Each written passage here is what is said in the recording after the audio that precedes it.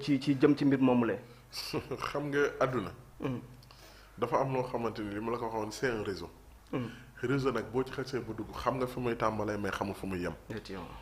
donc lii c'est que le début du commencement nekkul rek un réseau d'homosexualité de affaire de góor jigéen de transmission volontaire du VIH et que loolu su amee ça veut dire que on est obligé mënuñu def semblant maanaam bu ñu obligé wu remonter la chaîne rek feebar bi pour ñu maîtriser ko day jafe romb nañ ci affaire góor jigéen lii c'est une affaire sanitaire santé publique ci wér-gu-yaramu askan wi la et naka ngay mën a déggee ñu naan laan ay góor ak ay jigéen ñoo xamante ni dañoo am sida bi ba pare xam ko xam nañ ne am nañ ñu ne dañuy partouze waaw soirée partouze non su doon da nga ne xamuñu ko nga ne ñii kat peut-être que affaire bànneexu bakken la mais dafa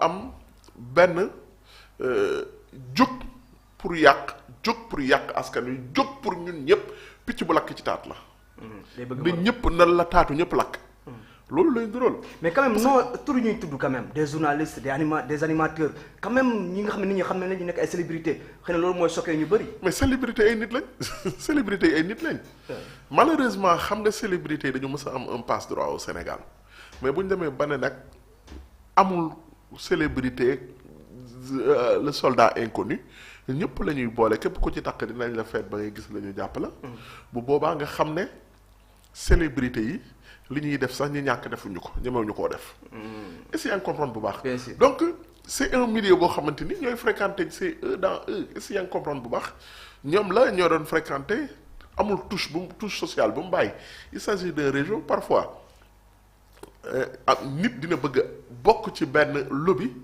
bokk ci benn réseau parce que am na ñu ci bëri nag soo xoolee bañ ciy dugg xaalis a leen ci dugal parce que réseau góor jigéen la plupart du temps le soubassement le premier soubassement c'est une question financière moo ciy dugal nit ñi te réseau dama ne la góor jigéen nit du ci duggee à 30 ans nit du ci duggee à 40 ans nit du ci duggee à 25 ans la plupart du temps koo dégg ñu ne la jàpp nañ ko 40 ans jàpp nañ ko 30 ans jàpp nañ ko kii ba mu ciy dugg 14 15 16 17 la.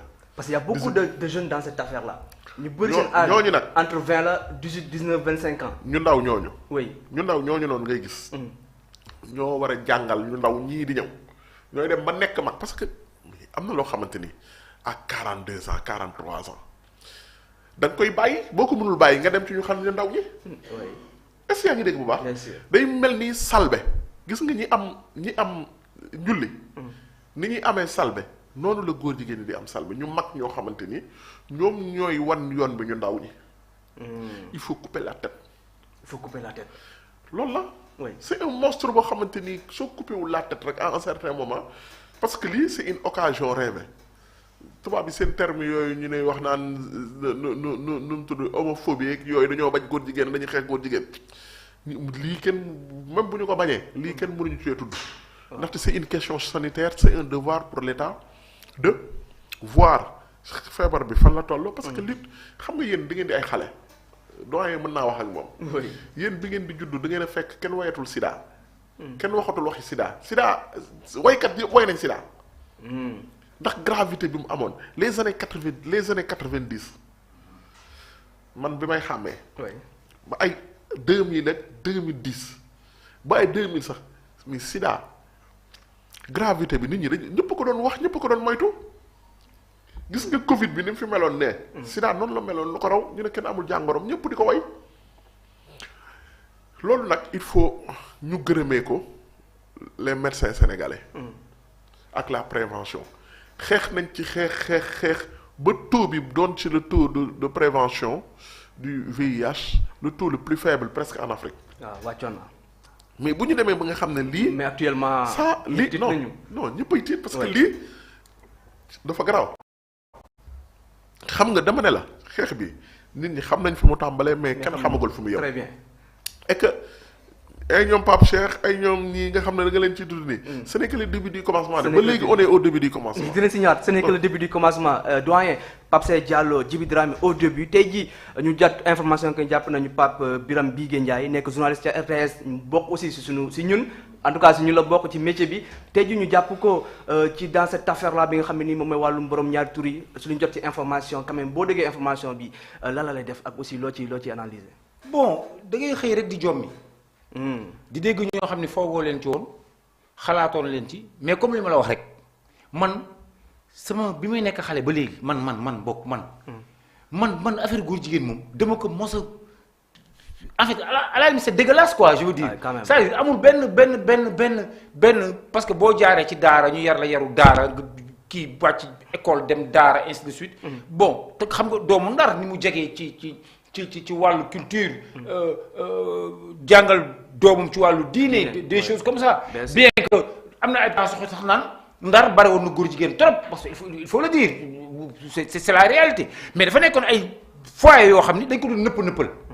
dama ne la góor jigéen dafa bari Sénégal. actuellement moom bëri na. non actuellement moom maintenant l'heure est grave. maintenant li ma waxu naan c'est le début du commencement ce n'est pas le début du commencement nga commencé guñu sax. gis nga gars yi raxas guñu ndab ci tuuti la ñu toll. mais des célébrités. maa ngi ñëw xam nga dafa nekk benn monde boo xam ni. monde bu particulier la maanaam boo xoolee ñi ñuy recruter mooy ce sont des modèles. ay modèles yi xale yi jàpp modèle xam nga kenn benn Pape Cheikh Diallo modèle la pour xale yi maanaam ni mu siiwee. siiw na Pape Cheikh Diallo mu tudd sa tur télé may la dédicace ainsi de suite nekk ci liggéey ci benn télé bu mag yeneen ak yeneen donc célébrité yi dañuy nekk foo xam ni xam man tey bu ma romboon fii ci koñ bi kenn xamuma mais bu Pape Cheikh Diallo romboon ñu Pape Cheikh Diallo gi nii. donc ñoom dañu am ci benn cercle boo xam ni fa la ñuy nekk dafa def seen ngóor jigéen mais aussi tam fa la ñuy recruter. Maintenant, Mahou, il ne s'agit pas d'un monstre.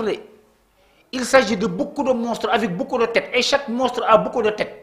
Donc, vous faites comme ça, comme les coupe tête. Moudadi, le monstre a plusieurs têtes et il y a beaucoup de monstres à plusieurs têtes.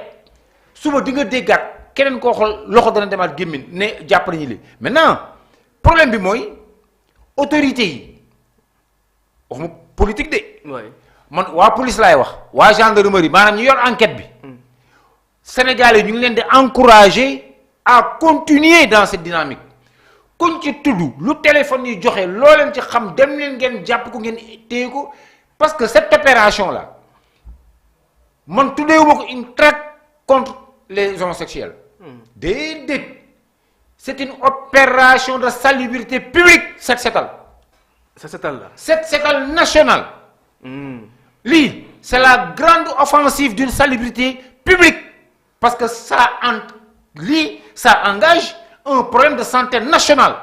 problème sanitaire national moo tax ma ni ba léegi bu ma gisee gouvernement bi ne tekk waxuñu ci damay jàpp sama xel ni xëy na dañuy bàyyi ba police wala gendarmerie bi def seen l'enquête ba pare bu ñu paree seen ay enquête ba pare ñu ne kon nag ñoom pare nañu seen l'enquête nag léegi nag ñun nag nañ ñëw ñun politiciens yi ñu soog ci wax mais dafa mel ni gars yi dañ ci ragal wax nañ ci wax.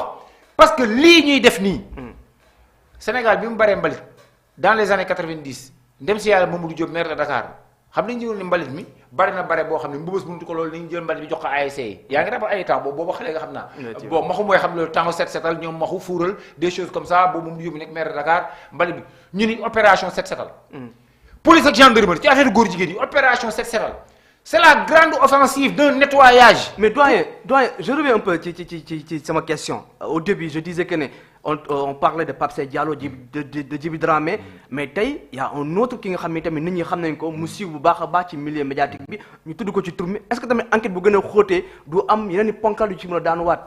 fan nga jógee TFM. waaw dem RTS. Pape Cheikh Diallo nga jógee. oui dem RTS. waaw bu subaa di nga dem feneen. bul bañ ba dégg gardien ba nekk marché Ndiobène tay maanaam benn ni ko ma waxoo xam nga un réseau moom ay fil yu dem la rek connexion yi doo xam actuellement ni réseau yi nga xam ne ñoo ñuy jaay téléphone réseau yi nga xam ne ñoo ñuy jaay ay internet réseau yi nga xam ne ñoo ñuy jaay télé mais ma ko yow mënu loo xam si réseau bi ñaata ci day gars yi dañuy branché dem réseau la maintenant le danger et la peur nationale ce sont les enfants xale yi tout tànk yi nga xam ni dañ leen jox sida bi volontairement parce que ñetti combat la xeex góor jigéen parce que suñu aada nanguwu ko parce que ñu naan c'est inscrit dans la constitution code de procédure pénale dañu acte contre nature ñaari góor yi sëy ba ci